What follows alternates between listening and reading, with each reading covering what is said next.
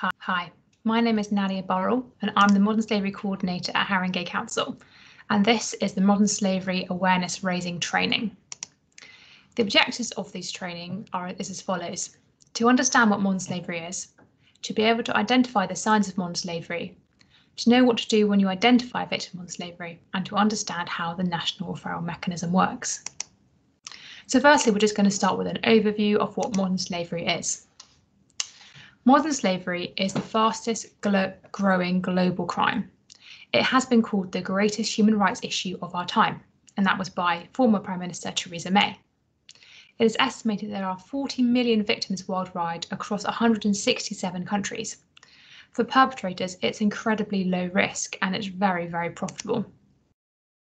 The International Labour Organization estimates that 24.9 million people are exploited for labour, that 71% of the victims are women and girls, and 75% are aged 18 or older.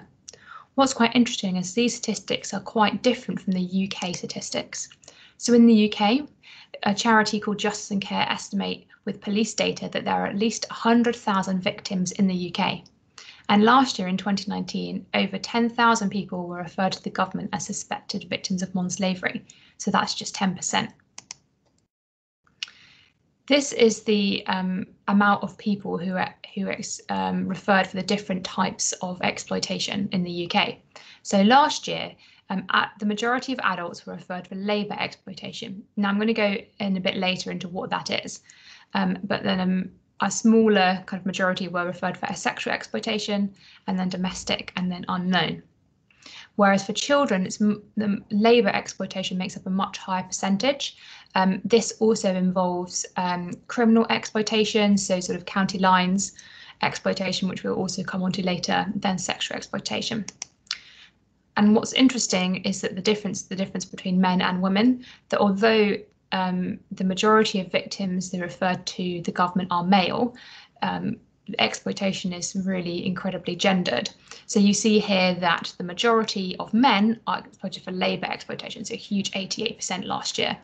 And for women, the majority is sexual exploitation, but it's still, the majority is much higher on the men's side than it is on the women, where 19% of women are still being exploited for labour exploitation, and also a much higher percentage are being exploited for domestic servitude.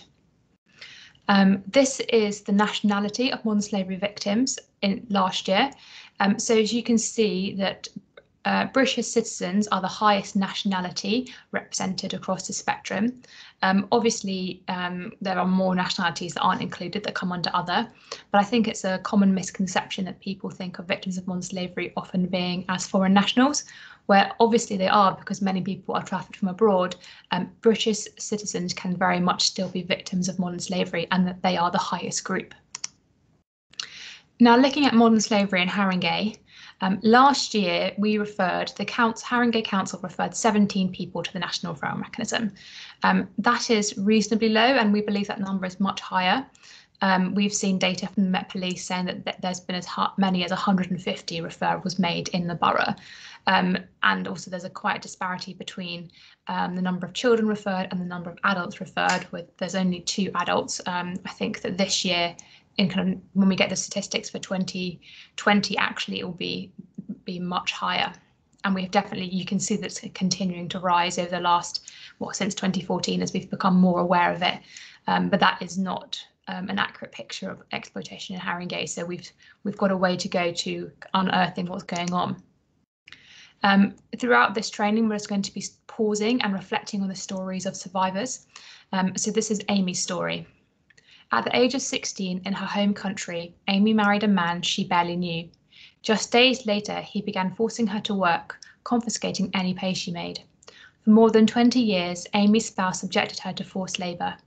Toward the end of this time, her husband sold her to traffickers who moved her to the United Kingdom and forced her to work 20-hour days as a janitor.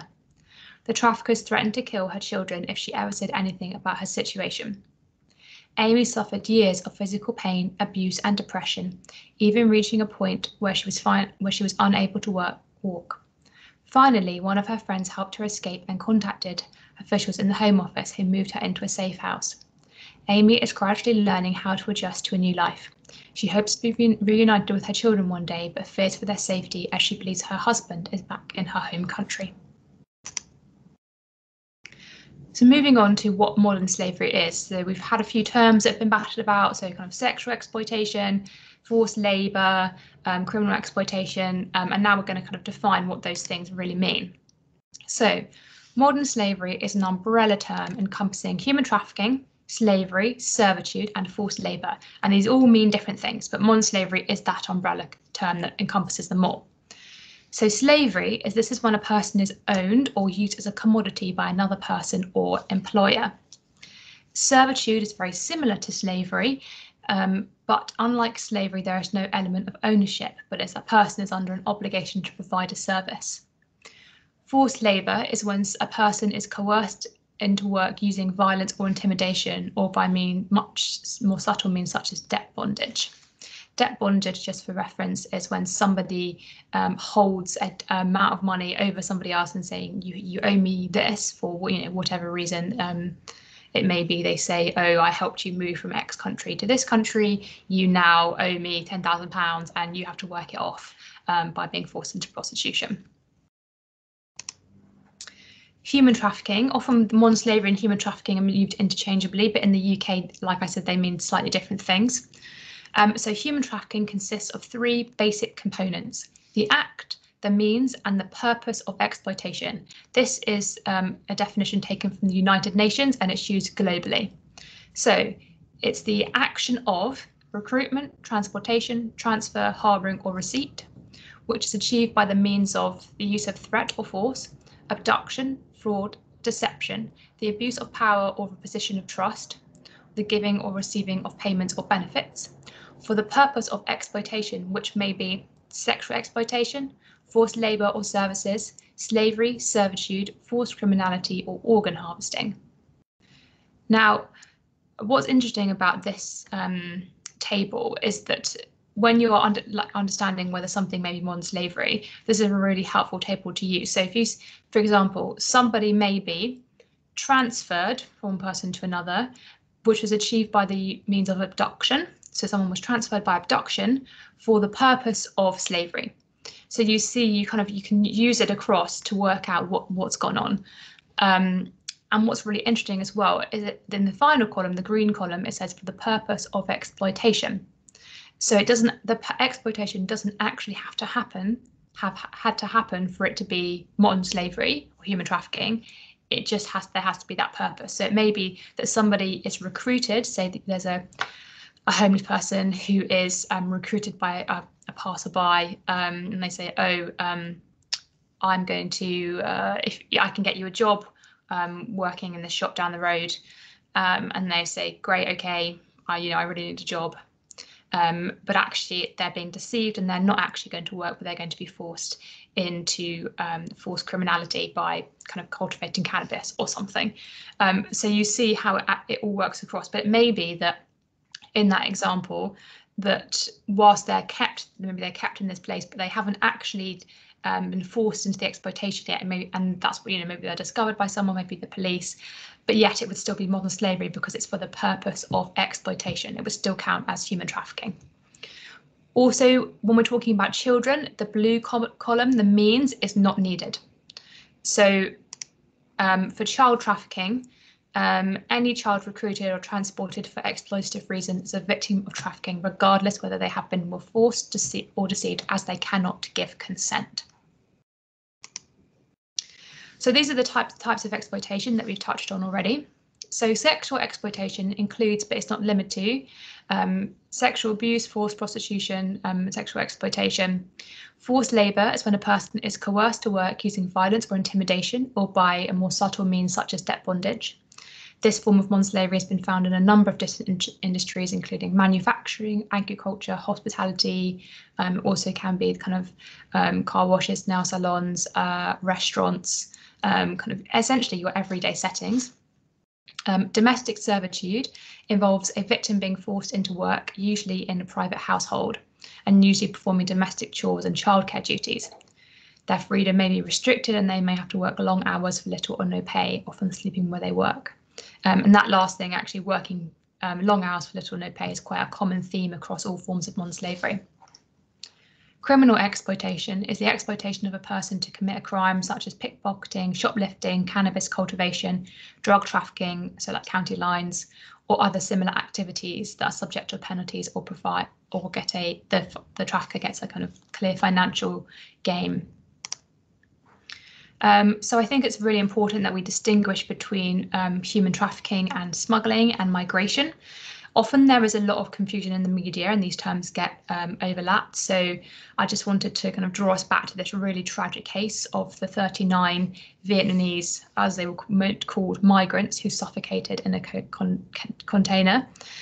I followed this case quite closely at the time, and the charges were there were multiple charges. Some of it was mentioned that it was kind of human smuggling, human trafficking there was a charge of human trafficking involved, and obviously they were kind of called migrants, immigrants, that sort of thing. But actually, human trafficking, human smuggling, migration are all very different, and we need to make sure not to conflate the two. And I think it offers, and in this case, it's really, really unhelpful because smuggling, although it's kind of illegal crossing of borders, it involves choice, whereas human trafficking obviously does not. So this chart helps us sort of differentiate between smuggling and trafficking. So the overlap is that it's a profitable business involving human beings, and it involves often vast criminal networks. Smuggling involves illegal border crossing, illegal or forced kind of using stolen documents. It's voluntary, and the crime is against the state. Whereas in human trafficking, there may be illegal border crossing, but there may not be. Like we mentioned earlier, lots of victims of trafficking happen within the UK. So there's still that movement, but it can just be within one country. They may have legal or illegal documents. They probably don't have their documents. They're likely to be taken. There's going to be coercion, deception, as we mentioned earlier. They'll have restricted movement and control, and it's a crime against the individual. And it may be that somebody starts off by being smuggled, but then ends up being trafficked. So there may be somebody who says, somebody coming, I'd say from Turkey, being smuggled kind of into the UK, or into another country, and the person tells them they pay money to cross the border, but when they get to the other side, the debt bondage thing might come up, say, oh, the journey cost more than you paid because of X, Y, and Z or whatever. You now owe us this amount of money, and you have to pay it off. And the way you're going to pay it off is being kind of forced to work, forced into labour exploitation, or forced into a forced criminality or prostitution. So they do overlap, and smuggling can often become trafficking, but it's important to kind of see them as those two separate things. I would advise if you pause the video in a moment and just read through these different examples, and I want you to think about, do you think this is human trafficking, yes or no, or is it something else? Is it smuggling, or is it just something, neither? So why don't you pause now, and we'll go over them in a moment. Okay, so hopefully you've had a moment to pause the video and reflect on what you think these examples are. So we'll start with Tom. So Tom is a homeless man from the UK. A passerby offered him a job in a restaurant. He worked up to 60 hours a week for no money. His employer threatened him if he tried to leave. So he was offered a job. So there was a kind of, it appeared that he was going to get a job, but actually he's been forced into something, and he's not getting any money, and he's working very long hours. Also, his employers have tried to threaten him if he leaves, so there's no kind of voluntary part of this. So this is absolutely modern slavery.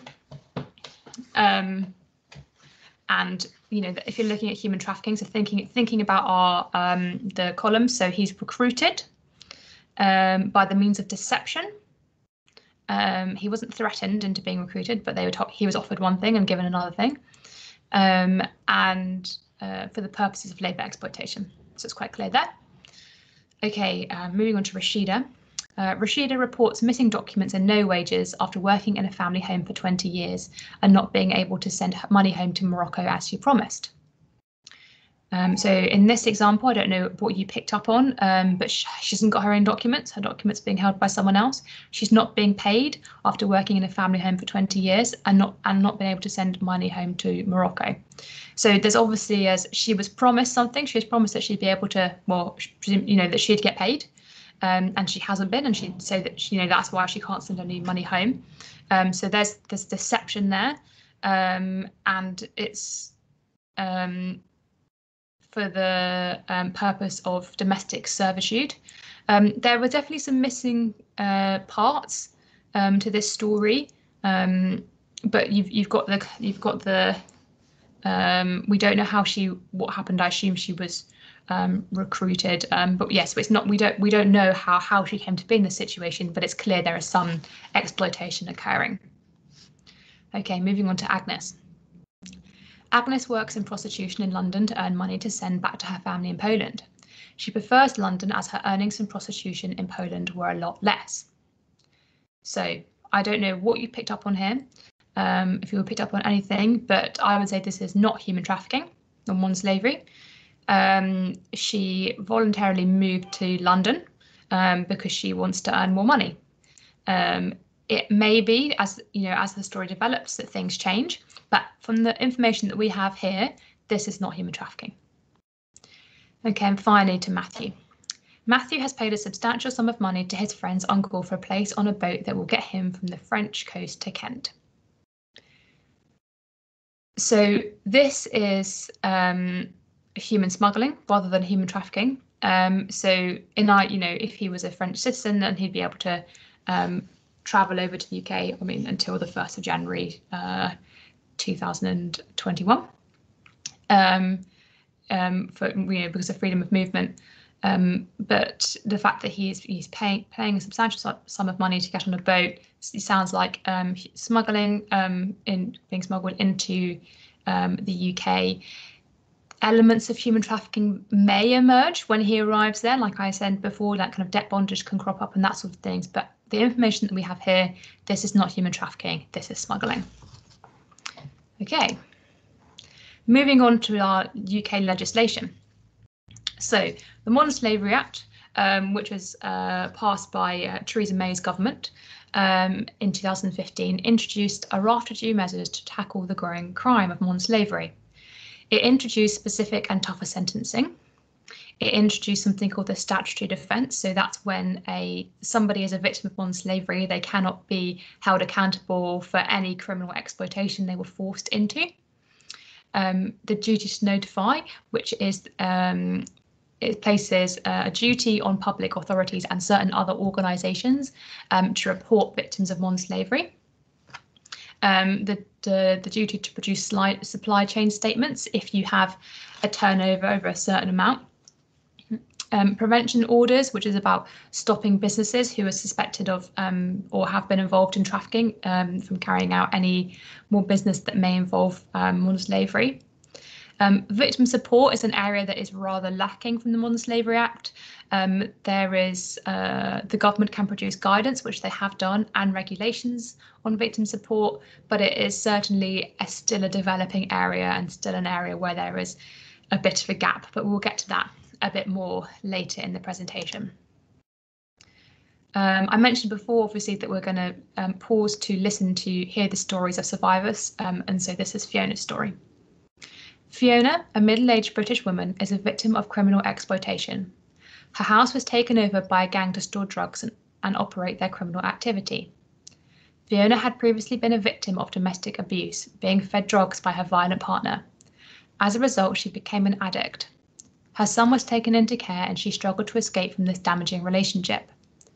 Many years have passed before Fiona was able to have contact with her grown-up son. At that time, she lived in a small town in the southwest of England and was receiving treatment to become drug-free. Fiona lived on her own and felt isolated. She found some friends to talk to. They gained her trust quickly. She let them into her house without a second thought. The moment they moved in, 5 men took over her property. These exploiters gave Fiona 3 options. 1, sell drugs for them. 2, sleep with the men they brought back to the house. 3, be taken to the Devonshire moors and never come back. Fiona chose to sell drugs. Later, the house was raided by police. Fiona was arrested, as were the men in the house. However, the gang continued to harass her. The police understood that Fiona was a victim and referred her into the National Referral Mechanism. Now we're going to move on to spotting the signs of modern slavery. So, what are indicators when we're talking about indicators of modern slavery? Indicators are a signpost to something. They do not necessarily provide evidence of modern slavery, but they lead to something worth questioning. Indicators can both be of exploitation or the intention to exploit, as we mentioned earlier, that purpose of exploitation. General indicators apply to all forms of exploitation. So there are general indicators and then there are more specific indicators. So these are some of the general indicators. So someone may be fearful, anxious, or distrustful. It's quite common that victims of modern slavery are very distrustful of authorities for a whole plethora of reasons. They may appear malnourished. They may show signs of trauma, both physical and psychological.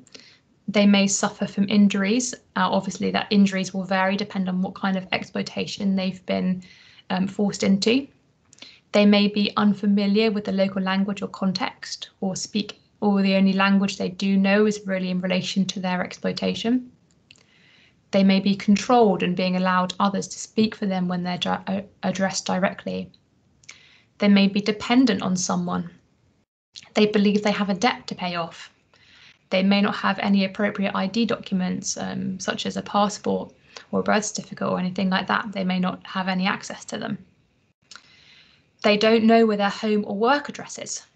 They don't have any days off. They believe they are unable to leave their work environment, and they have limited or no social interaction. And as I mentioned, indicators can be a sign of something. They don't necessarily mean modern slavery. And one of these things on their own, suffer from injuries, that on its own doesn't necessarily mean modern slavery. But if you start to take them together with some of the other indicators, you may start to put a picture together of something that's kind of worth questioning and worth investigating a bit further. So when we're looking at health indicators, so again, all of these can be indicators of many things. But again, when you take them together, they start to be part of a larger picture. So first off is poor mental health and signs of trauma. Many victims of modern slavery have understandably serious trauma because of what they've been through. And that's obviously really important to remember when you may be interacting with them. They may have generalised pain and untreated injuries. Those forced into prostitution may have unplanned pregnancies and STIs. They may be malnourished and have poor hygiene.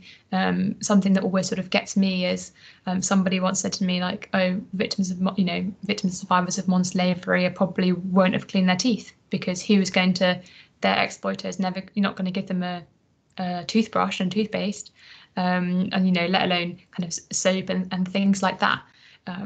So you need to be aware of these different indicators, and like I said before, piecing together that puzzle that's going to give you that picture of modern slavery. And so these are some questions that you can ask yourself kind of across the different types of exploitation that help you piece together what you think might be going on.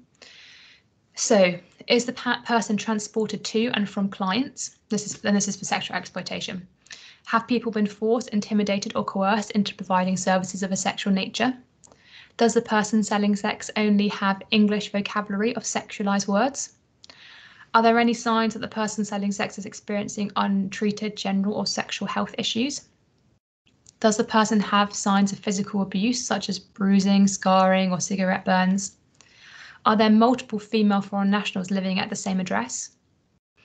Is there uncertainty over the age of individuals at the premises who are selling sex? Is the person closely guarded or accompanied? Can advertising for sexual services be found nearby? Does the property callers day and night who only stay for a short time? Next is forced labour. So are workers lacking protective equipment or suitable clothing, you know, sort of hairnets or high vis, steel toe caps, boots, those sort of things, a helmet that you might expect in whatever work environment they're in. Do workers have restricted free movement? Are they accompanied to and from work? Do workers live in overcrowded private rented accommodation? Do workers know their home and work address? Do workers receive wage reductions or no wage at all? Does the person have access to their own documents, such as ID or a passport? Do workers seem fearful or poorly integrated? Is the employer unable to provide a record of wages? So domestic servitude. Is the person held in their employer's home and rarely seen leaving? Is the person deprived of their own personal living space, food, water, or medical care? Does the person have restricted access to their own belongings, such as ID or a mobile phone? Does the person have restricted communication with others by the employer? Is the person forced to work in excess of normal working hours, you know, being on call for 24 hours? Excuse me. Does the person stand out from other family members, i.e. wearing notably poorer quality of clothing? Is the person reported missing or accused of a crime by their employer if the worker escapes? And finally, county lines. I've kind of picked this one out of the whole criminal exploitation because it's really common in London and particularly in Haringey, so it's really important to be aware of the signs.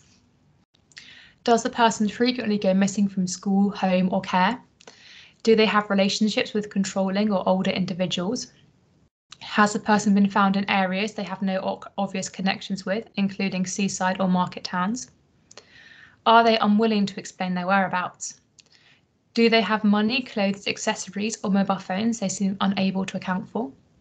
Do they receive excessive texts or phone calls at all hours of the day or night? Are they withdrawn or had a sudden change in personality, behaviour, or the language used? Do they carry weapons or have unexplained injuries? Has there been a significant decline in school results or performance? Do they associate with or express an interest in gang culture? Another story coming up. So this is Toby's story. Toby's mother died when he was quite young. He lives with his dad and his stepmother in London and is known to the authorities due to his truancy and repeated reports of disturbance at his home due to conflict between himself and his father. The authorities' intervention had not improved their relationship, and Toby no longer felt welcome at home. Though he is only 16, he had been hanging around with his neighbours in their 20s for the past year, until he was caught in possession of a large quantity of heroin and cocaine in a car in Bedfordshire with one of the neighbours. Police were tracking the vehicle since discovering the neighbour's connections to a known drug dealer who was branching out of London using the county lines method, targeting a market of young drug users in the Bedfordshire area. It appeared that Toby's role, apart from delivering heroin and cocaine to various locations, was to reach out to those his age in the area with special offers to secure their business. During police interviews, it became clear that Toby understood what he was doing and his importance to the operation. In his expensive-looking jacket pocket, he had several pieces of paper with his own name scrawled on it, but with the drug dealer's mobile phone number. The neighbour confirmed Toby's involvement and connection to the drug dealer, and both were arrested and charged. Toby pleaded guilty and was sentenced to a 12-month youth detention and training order for supplying Class A drugs. And finally, we're going to move on to the National Referral Mechanism. This has been mentioned a couple of times during the training, and hopefully I can just help explain what it is and why it's helpful. So, the National Referral Mechanism is the UK-wide framework for identifying victims of modern slavery and ensuring they receive the appropriate protection and support. It's mostly referred to as the NRM. So if you ever heard it mentioned kind of the NRM, I know that particularly in local authority, we have acronyms coming out of our ears, but that's what we're talking about when we say the NRM. So why is referral to the NRM important? Firstly, it protects victims of modern slavery. It provides material, health and legal assistance. Adults can get 3 pillars of support in the NRM, so access to housing, a support worker, and to financial support. It prevents crime through investigation and prosecution. It prevents victims being treated as perpetrators. Do you remember I mentioned the duty to notify, no, not duty, the statutory defence.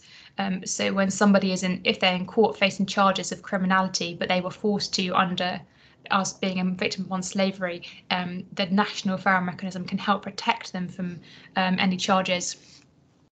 And it improves the understanding of crimes because of the data collection that it allows. So, if you identify someone you may believe to be a victim of modern slavery, you should contact the Modern Slavery Coordinator at modernslavery@haringey.gov.uk, and that is me. It's confidential, and nothing will be shared without the consent of the individual, obviously, unless there is an immediate danger posed. If you have particular concerns about a child, you should contact the Haringey Multi-Agency Safeguarding Hub, or MASH, as usual. And also the same, if you have concerns about an adult, you should contact the Haringey First Response Team. So when referring, we refer to the NRM. This is the pre-NRM process.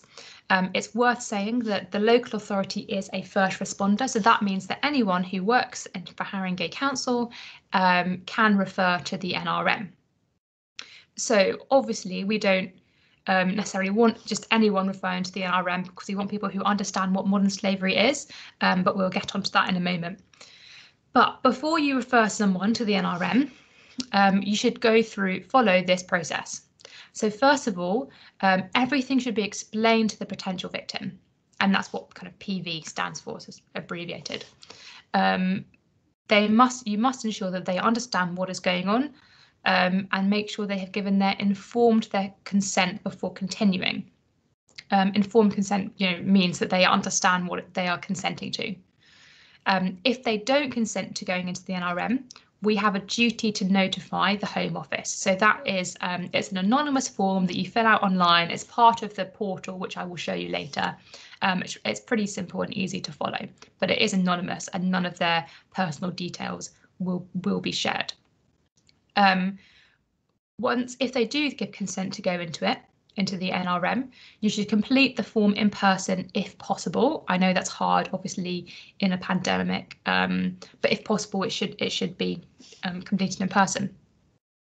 Read through the final draft of the completed NRM form with them. Then you may need an interpreter as well to make sure they understand what's going on. Once the referral form has been completed, and ensure that the potential victim is satisfied with the content and who the information is being shared with. You should make sure that the potential victim has a copy of the form if they would like, and know that they can request copies in the future. So if you submit this online, a body called the Single Competent Authority, who are the organisation that assess these forms, will send one back to you, and obviously you can share that with the potential victim. Now, if they decide to go into the NRM, this is the NRM process for adults. It is very complicated. I think it's probably overly complicated, and I think that the Home Office are reviewing it at the moment and thinking about how they can change it to make it a bit simpler. But here we go.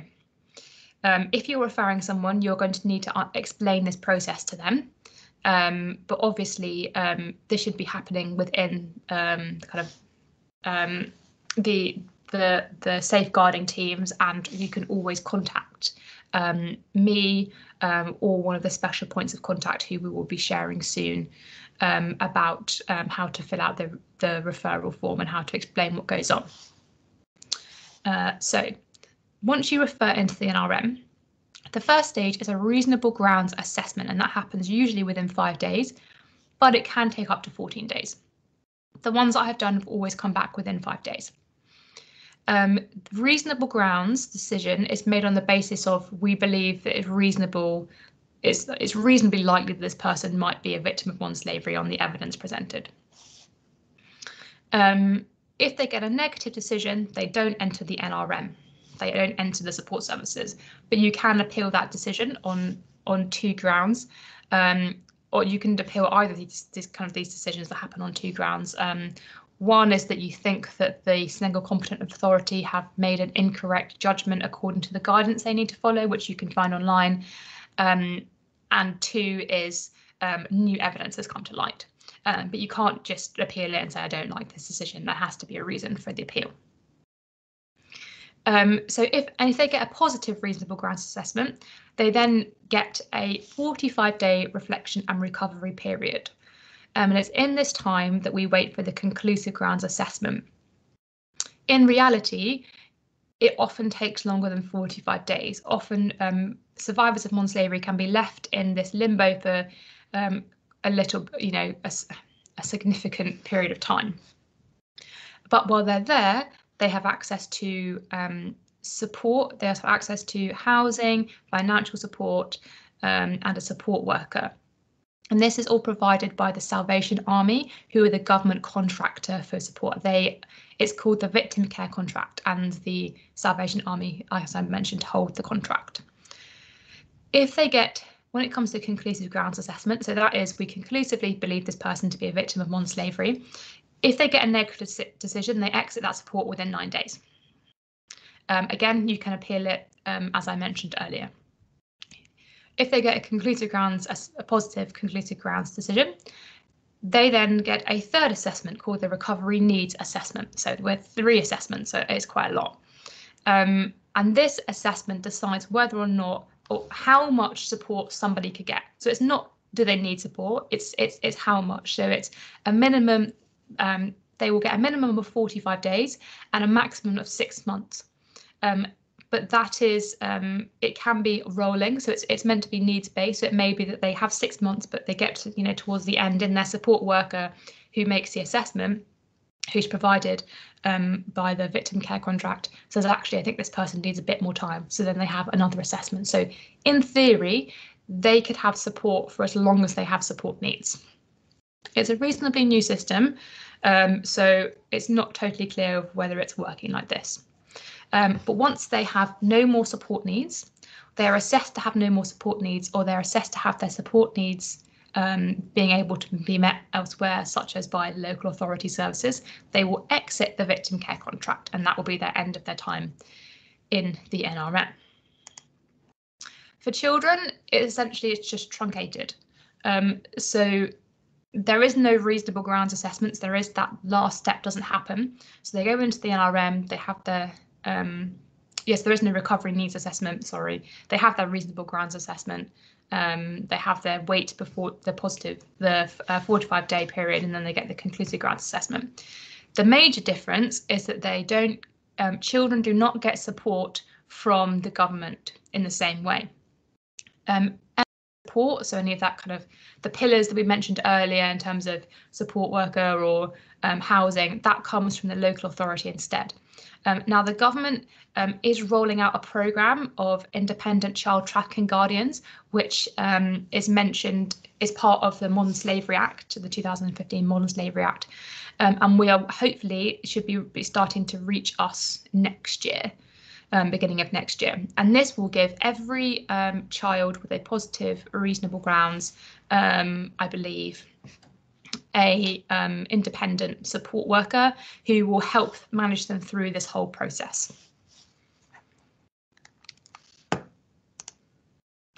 So when you're reporting modern slavery, you have to do it online. There used to be paper forms, but they do not like using those anymore, so you have to do it online, and it is quite simple to follow. As I mentioned, you have to be a first responder, which is the kind of technical term, and anyone with a local authority email address is a first responder. If you do come across somebody and you work in the council, I would suggest reaching out to me or to somebody else as a kind of specialist on modern slavery, just in case you have any questions or queries about the process. What we really don't want happening is poor referrals to be made. So referrals that are short, don't give a lot of detail, that sort of thing, because you're really harming the chance of that person to get a positive outcome. So how to write a referral. A referral form shouldn't be used as an interview outline, but it's just a way of providing information to the single competent authority, who was the body that I mentioned earlier. You should disclosing a full history is likely to be really difficult for a potential victim, and might take time and several sessions to fill out the full account. And if you believe you don't have a full disclosure, you should put this on the form. Like I've definitely done that before, where somebody, I think that there was more that they haven't said, but what they have said clearly that there is exploitation that has taken place. Just note it down, because it may be often these things come up later down the line, and we don't want anything to be used as a reason for this person to get a negative decision. It's important as well, if you make this referral in a rush, to mention that it has been carried out in haste and this should not prejudice the decision. So going back to our table, if you have, when you're making the referral, there is a section that says, what did they say happened? And that is the kind of the long answer bit of the form. Most of it is kind of yes, no, fill in dates, names, that sort of thing. Excuse me. But when you're filling out the what did they say happen, try and think of it. Obviously, you want to give as much detail as possible, but try and think of it in the terms of this table. So what was the action? How did they get into this situation?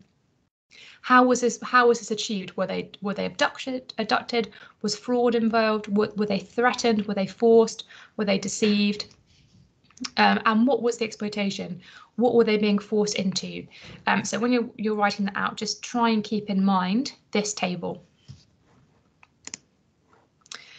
So I mentioned earlier that you shouldn't use the referral form as an interview guide, but instead kind of think more broadly about what questions you want to be asking the potential victim. So here are some topics that when you're talking to them and trying to understand what's going on that you can hit on. So first of all, the situation. So what was their daily activities? What were their work duties? What was their transport? How did they get to and from there? How long have they been in the UK if they're not a UK national? Or how long have they been in this situation? To show the act, so the first part of this column, where did they live? Where do they live in their country of origin? Who arranged their travel? How did they arrive in the UK, or how did they arrive at their place of exploitation? Did they pay for it? Was it held in debt bondage? To show the means. So what were they offered in terms of work, accommodation, duties, hour and pay? Did this transpire? If it did, were there any differences between what was promised and what the reality was? Have direct or indirect threats ever been used, or has force ever been used? To show the purpose, what was their employment, what was the nature of their work, what hours did they work, what accommodation did they live in, did they ever receive any payment? If so, was it as much as they should have been paid for that work? To show exploitation and control, how do they get to and from work? Do they possess their ID at all times? Do they possess their personal documents? How often do they see their families or friends? Do they control their bank account? Do they control their accommodation? What prevents them from leaving that situation? What stops them from leaving? So when you finish the referral, the single competent authority will send you a copy. Make sure that the potential victim has this copy as well. The result of the referral should be returned to you, and obviously you should share this with the potential victim. For an adult, if they have a positive reasonable grounds decision, the Salvation Army, so the people who hold the victim care contract, as I mentioned, will get in touch. If you have any concerns or are there any delays, they do have a number that you can call, which I've written down on this slide and that you can find online as well. In the event of a negative reasonable grounds or conclusive grounds, it's likely that the person is still vulnerable. You should contact the safeguarding teams in Haringey to make an assessment to determine whether they are eligible to receive support. It's not unusual to hear stories of victims of modern slavery who aren't getting those positive outcomes, and so we need to make sure that they are still safeguarded in those circumstances. So if you do find yourself interacting with a potential victim of modern slavery in whatever circumstances that may be, you should take into account the following things. And when thinking about them and seeing that they're quite, going to be a vulnerable person. So first of all, try and put the potential victim at ease.